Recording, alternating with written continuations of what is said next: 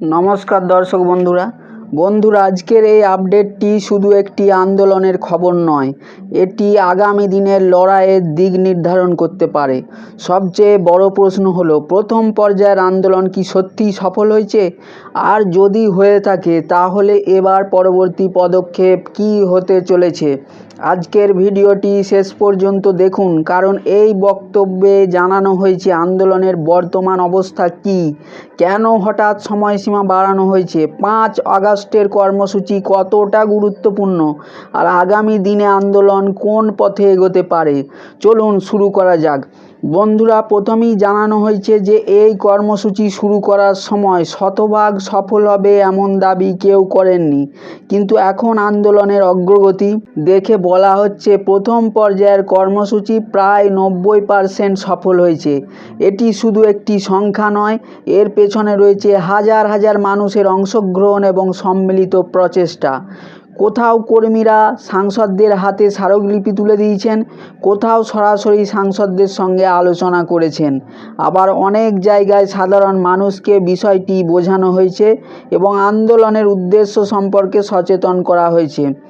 সব মিলিয়ে দেশের অধিকাংশ এলাকায় প্রথম পর্যায়ের কর্মসূচি সফলভাবে সম্পন্ন হয়েছে। এমনকি বিভিন্ন এলাকা থেকে সংগঠনের কাছে ফোনও এসেছে। অনেকেই জানিয়েছে যে তাদের এলাকায় সাংসদরা আগামী শনিবার এবং রবিবার আসবেন, তাই তারা আরও কিছু সময় চান যাতে সরাসরি সাংসদদের হাতে দাবি তুলে দিতে পারেন। এই অনুরোধকে গুরুত্ব দিয়ে কর্মসূচির সময়সীমা বাড়ানোর সিদ্ধান্ত নেওয়া হয়েছে। আরেকটি গুরুত্বপূর্ণ বিষয়ও তুলে ধরা হয়েছে। আগেও বহুবার সরকারের কাছে আবেদন করা হয়েছে, কিন্তু এবারের আন্দোলনের বিশেষত্ব ছিল এর সংগঠিত রূপ এবং শক্তিশালী প্রচার অভিযান। এইবার শুধু আবেদন নয়, সবাই একসঙ্গে নেমে পড়েছেন। এই ঐক্যবদ্ধ প্রচেষ্টাকে আন্দোলনের অন্যতম বড় সাফল্য হিসেবে উল্লেখ করা হয়েছে। তবে এখনও কিছু জায়গায় কর্মসূচি সম্পূর্ণ হয়নি। সেই কারণে সংশ্লিষ্ট এলাকার নেতৃবৃন্দের কাছে বিশেষ অনুরোধ জানানো হয়েছে যাতে তাঁরা এই বিষয়টিকে সর্বোচ্চ গুরুত্ব দেন, কারণ এই মুহূর্তে প্রতিটি সাংসদদের কাছে পৌঁছানোই সবচেয়ে গুরুত্বপূর্ণ কাজ বলে জানানো হয়েছে। এখানেই একটি গুরুত্বপূর্ণ বার্তা দেওয়া হয়েছে, যত বেশি সংখ্যায় সাংসদদের কাছে দাবি পৌঁছাবে তত বেশি চাপ সরকারের ওপর তৈরি হবে, আর সেই চাপ মাননীয় প্রধানমন্ত্রী এবং মাননীয় শ্রমমন্ত্রীর কাছেও পৌঁছাবে। এই কারণেই সবাইকে বড় সংখ্যায় অংশগ্রহণ করার আহ্বান জানানো হয়েছে। বন্ধুরা, এখানেই শেষ নয়, এখন আন্দোলন আরও গুরুত্বপূর্ণ পর্যায়ে প্রবেশ করতে চলেছে, কারণ 25 তারিখ যেসব জায়গায় কর্মসূচি নির্ধারিত রয়েছে সেখানে অবশ্যই তা সম্পূর্ণ করার আহ্বান জানানো হয়েছে। এরপর শুরু হবে আগস্ট মাসের নতুন কর্মপরিকল্পনা, আর সেই পরিকল্পনার কেন্দ্রবিন্দুতে রয়েছে 5 আগস্টের কর্মসূচি। 5 আগস্টের কর্মসূচিকে আন্দোলনের জন্য অত্যন্ত গুরুত্বপূর্ণ ধাপ হিসেবে তুলে ধরা হয়েছে। জানানো হয়েছে দিল্লির যন্তর মন্তরে 5 আগস্ট একটি গুরুত্বপূর্ণ কর্মসূচি অনুষ্ঠিত হবে, তাই এখন থেকেই সবাইকে প্রস্তুতি নেওয়ার আহ্বান জানানো হয়েছে। বিশেষভাবে বলা হয়েছে দিল্লির আশেপাশের রাজ্যগুলোর ভূমিকা এবার অত্যন্ত গুরুত্বপূর্ণ হতে চলেছে। হরিয়ানা, পাঞ্জাব, উত্তরাখণ্ড, গুজরাট, রাজস্থান, দিল্লি এবং উত্তরপ্রদেশ, এই রাজ্যগুলোর সদস্যদের কাছে বিশেষ আবেদন জানানো হয়েছে যাতে তারা বেশি সংখ্যায় অংশগ্রহণ করেন এবং আন্দোলনকে আরও শক্তিশালী করে তোলেন। বক্তব্যে স্পষ্ট করে বলা হয়েছে, এখন আমাদের সম্পূর্ণ মনোযোগ এই পর্যায়ের আন্দোলনের ওপর। পরবর্তী সময়ে পরিস্থিতি অনুযায়ী আরও কঠোর কর্মসূচি গ্রহণ করা হতে পারে। প্রয়োজনে তালা ঠোকো আন্দোলন অথবা জেল ভরো আন্দোলনের মতো কর্মসূচিও ভবিষ্যতে নেওয়া হতে পারে। তবে এই মুহূর্তে সবচেয়ে বড় দায়িত্ব হলো বর্তমান কর্মসূচিকে শতভাগ সফল করা।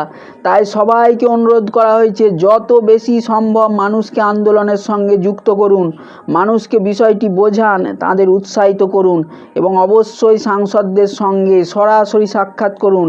এরপর আসে একটি অত্যন্ত গুরুত্বপূর্ণ ঘোষণা। আগে সাংসদদের সঙ্গে দেখা দেখা করার জন্য যে সময়সীমা নির্ধারণ করা হয়েছিল সেটি আজ থেকে বাড়িয়ে দেওয়া হয়েছে। এখন নতুন সময়সীমা 2রা আগস্ট পর্যন্ত কার্যকর থাকবে। এর অর্থ হলো কর্মীদের হাতে আরও 2টি শনিবার এবং 2টি রবিবার রয়েছে। এই অতিরিক্ত সময়কে সর্বোচ্চভাবে কাজে লাগানোর আহ্বান জানানো হয়েছে। যারা এখনও সাংসদদের হাতে স্মারকলিপি দেননি, যারা এখনও তাদের সঙ্গে সাক্ষাৎ করতে পারেননি অথবা যারা এখনও নিজেদের দাবি তুলে ধরতে পারেননি, তাদের সবাইকে 2রা আগস্টের মধ্যে এই কাজে সম্পূর্ণ করার অনুরোধ জানানো হয়েছে। কারণ এরপরই শুরু হবে 5 আগস্টের বড় কর্মসূচির প্রস্তুতি। বক্তব্যে আরও বলা হয়েছে, এই মুহূর্তে এটি সংগঠনের সম্পূর্ণ কর্মপরিকল্পনা।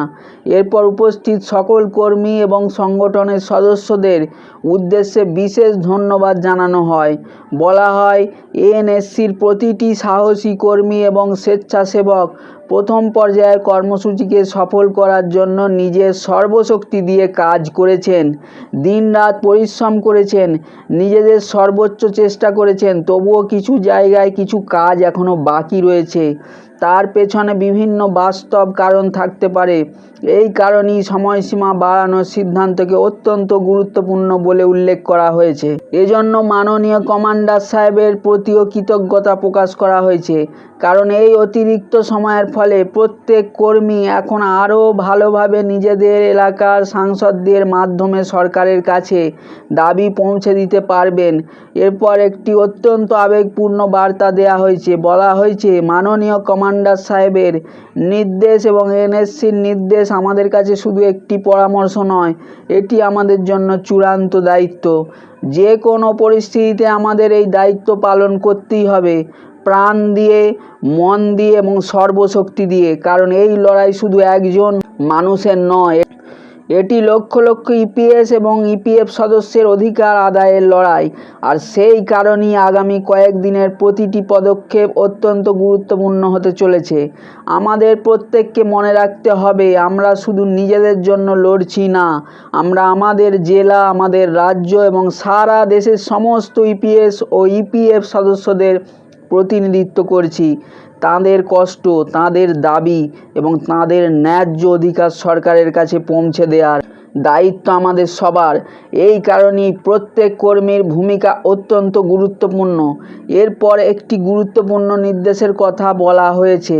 যেমন সাংসদদের মাধ্যমে সরকারের কাছে দাবি পৌঁছে দেওয়া জরুরি, ঠিক তেমনই পুলিশ স্টেশনে অনুমতির জন্য আবেদনপত্র জমা দেওয়াও সমান গুরুত্বপূর্ণ। কেন? কারণ বক্তব্যে জানানো হয়েছে, সেই আবেদনপত্রের কপি প্রশাসনের মাধ্যমে সরাসরি সরকারের কাছেও পৌঁছে যায়। অর্থাৎ এটি শুধু একটি আনুষ্ঠানিকতা নয়, আন্দোলনের একটি গুরুত্বপূর্ণ অংশ।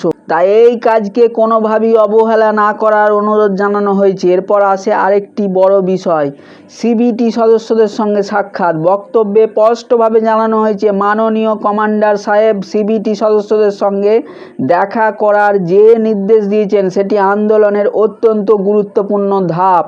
সেখানে গিয়ে তাদের পরিষ্কারভাবে বলতে হবে, আপনারা আপনাদের বিশেষ ক্ষমতা ব্যবহার করুন। সিবিটিকে যে বিশেষ ক্ষমতা দেওয়া হয়েছে সেই ক্ষমতার যথাযথ ব্যবহার করে ইপিএস সদস্যদের ন্যায্য বিচার নিশ্চিত করুন। বলা হয়েছে, এই পুরো উদ্যোগও মাননীয় কমান্ডার সাহেবের নেতৃত্বেই এগিয়ে নিয়ে যাওয়া হবে। এরপর উপস্থিত সকলকে আবারও অনুরোধ করা হয়েছে, আগামী 2টি পর্যায়ের আন্দোলনের জন্য এখন থেকেই সম্পূর্ণ প্রস্তুত হয়ে যান। বিশেষ করে 5 আগস্টের কর্মসূচিকে সর্বাত্মকভাবে সফল করার জন্য সবাইকে একসঙ্গে কাজ করতে হবে। কারণ এই কর্মসূচি আন্দোলনের ভবিষ্যতের জন্য অত্যন্ত গুরুত্বপূর্ণ। এরপর হায়ার পেনশন নিয়ে 3টি গুরুত্বপূর্ণ দাবি আবারও স্পষ্টভাবে তুলে ধরা হয়েছে।